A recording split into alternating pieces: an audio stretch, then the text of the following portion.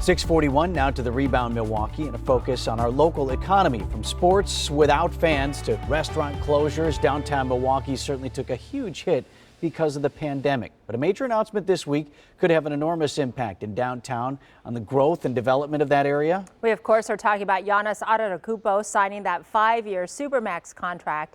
And if you are not a Bucks fan or don't care about basketball, really, this signing will still impact you.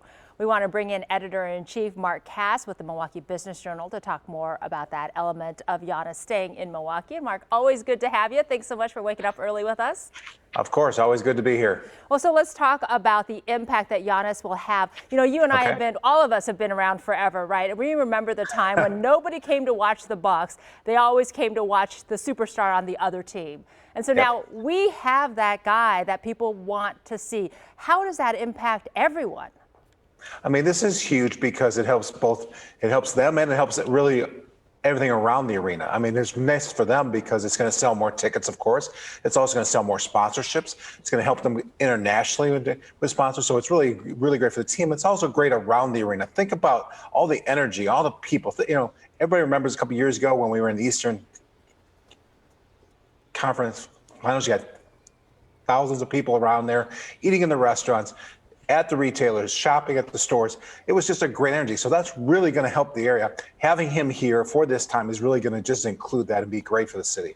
Mark, I feel like this is something we haven't talked enough about. Yes, thank you, Giannis, for staying, but Bucks ownership and management stepped up. They did offer him $250 million. I think about this ownership group. I think about the Yelich deal with the Brewers. You know, God bless the Herb Cole Bucks and the Selig era with the Brewers, but I feel like these were the deals that used to not get done. Yeah, I mean, it is a new era in sports here. Think of what's going on in Milwaukee, really in the state right now, all the money that's being invested. You have to thank that because, I mean, just like 3, 4, 5 years ago, I mean, it was a real fear this was not going to happen. They were going to leave town. The Bucks were going to leave. There'd be nothing down in that area right now. Now the ownership is investing in the team. They've expanded. I mean, I'm sorry, they've added a new arena. They've added everything around the arena. In the future, hopefully a hotel, other things around the arena, really energy there. I mean, I remember back when, you know, after April through June, July, nothing would happen downtown. Now you have everything that's happening in that area throughout 12 months of the year.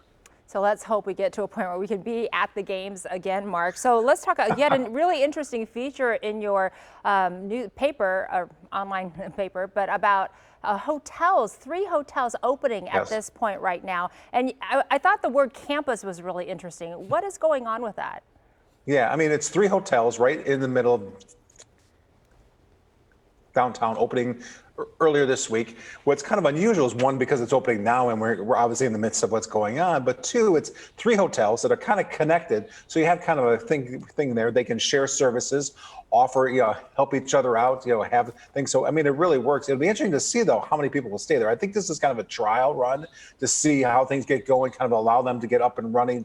So hopefully by spring, when hopefully things open up more, and there's more travelers, because right now hotels are hurting. I mean, hotels are maybe 0.25% full at all, so it's really been hard for them. But to open these hotels in that area, I think it's great for the city, again, because it's more travelers over the long term, and you know that helps the economy. Mark Kass, Editor-in-Chief of the Milwaukee Business Journal. Mark, always thank you for your perspective, and you can read more. Always good to be here. 6:45 on TMJ4 News. You can always read more. Go to bizjournals.com/Milwaukee.